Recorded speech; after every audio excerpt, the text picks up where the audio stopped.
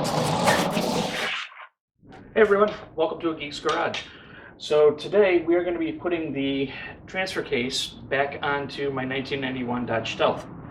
Last time around you saw we got all of the CV axles in and everything torqued down, put back in place.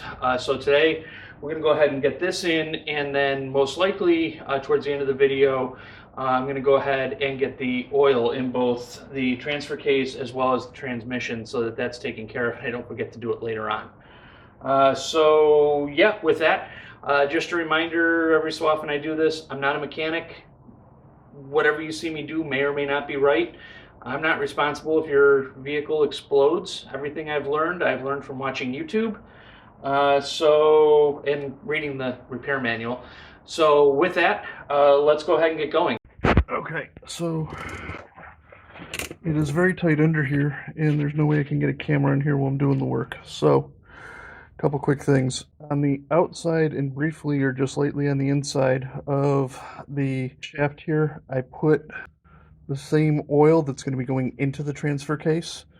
That's the oil that's recommended by STM Tuned. So that's what we're going to be putting on there. Previously, before we put the transmission in, I did grease up just ever so slightly the output shaft so that that's taken care of. And now we're going to go ahead and lift this in place and hopefully slide everything together pretty easily. So yeah, here goes. Okay, I couldn't get a camera under here on a tripod, so you weren't able to really see me do any of the work. So here's what I did. Start off by putting your drive shaft into the receiver. Once that's in, use the transmission jack to slowly lift this up into place and then just slide it on. You want to be careful sliding it on so you don't damage any of the seals. There's 3 long bolts. They go here, here, and up here, and 2 short bolts, one here and one that you can't really see up in that corner up there. So that's all there is to sliding this thing back on, and then make sure you torque everything down to spec.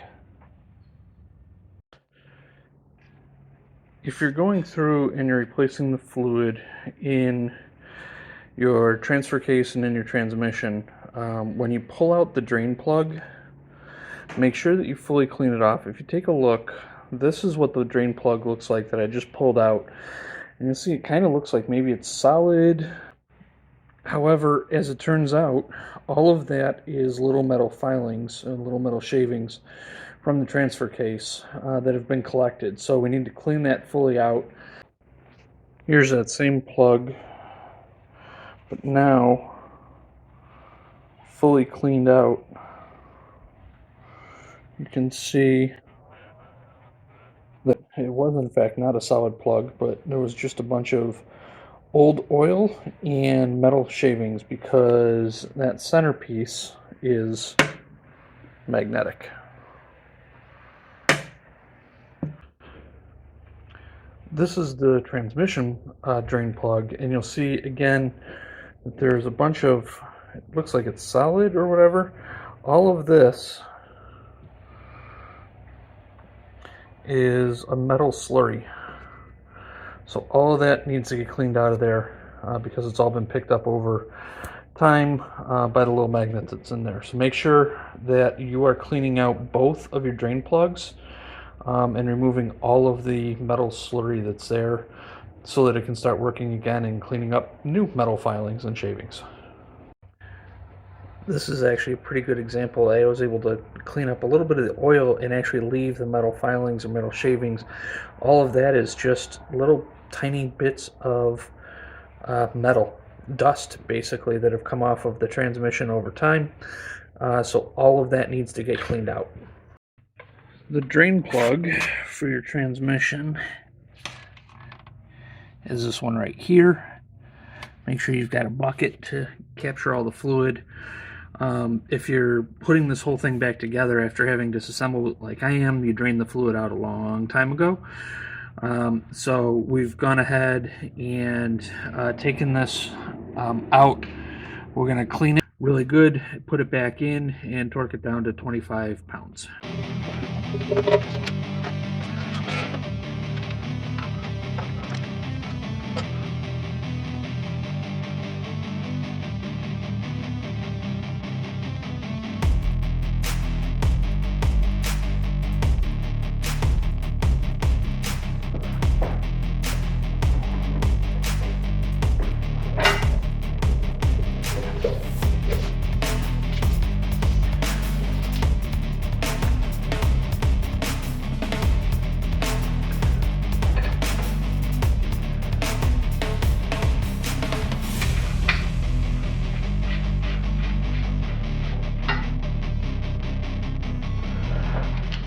When you're looking at your transfer case, this is what's sending you power to your rear wheels.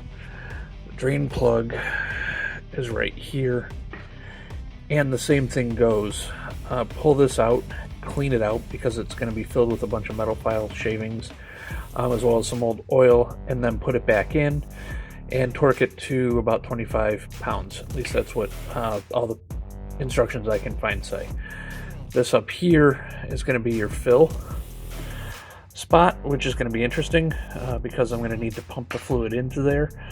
And because this is a 91, there is no sight hole. On the later models, there's actually a sight hole that you can use to figure out how much to fill it up with. This one, there is no sight hole, so I'm going to have to measure out the fluid and then somehow pump it into here. That's still to be figured out. Welcome to Cooking with Chef Mark. For the 91s and 92 all-wheel drives, you need to put 270 milliliters of oil into the transfer case. In order to do that, we're going to do a little bit of home cooking here. We're going to use a dish and we're going to measure out 1 cup is 240 milliliters. And then we need to get another 30 milliliters, and as it turns out, a tablespoon is 15 milliliters. So 2 of these, and we will have 270 milliliters measured out. 270 milliliters. On the newer 93 models, there's actually a hole that you can actually check. On the side of the transfer case, you can open that up, and what you're looking for is for the fluid to be just at the top of the level of that fill check. There isn't one on the 91s and 92s, so it's actually kind of funny.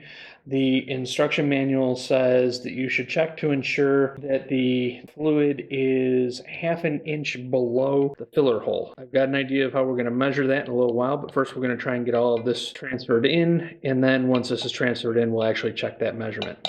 You may be wondering how I'm going to actually get this fed into there since it's on its side.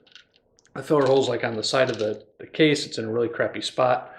I'm going to be using this that I picked up from AutoZone.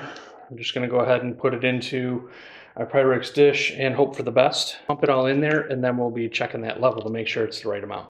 This is basically how it went. But basically, it goes in there and pumps into there.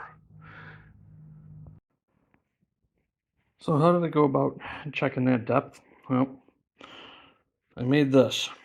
It's just a piece of electrical wire. And what I did was, looking at the instructions, you can see where it talks about that 0.43 to 0.51 inches to where the fluid level is. And 0.43 to 0.51 is in that black band from this bend. So basically, all I did was under the car, stick this through here, and then set it down. And obviously the drawing is not to scale, so the lines aren't going to line up, but set it in there and check to ensure that the fluid fell within that black band area. I ended up having to add like an additional 1 pump in order to get it into the area that it should be, but now it's all set, and so the only thing I had to do was go ahead and put the filler bolt back in and tighten it down to spec.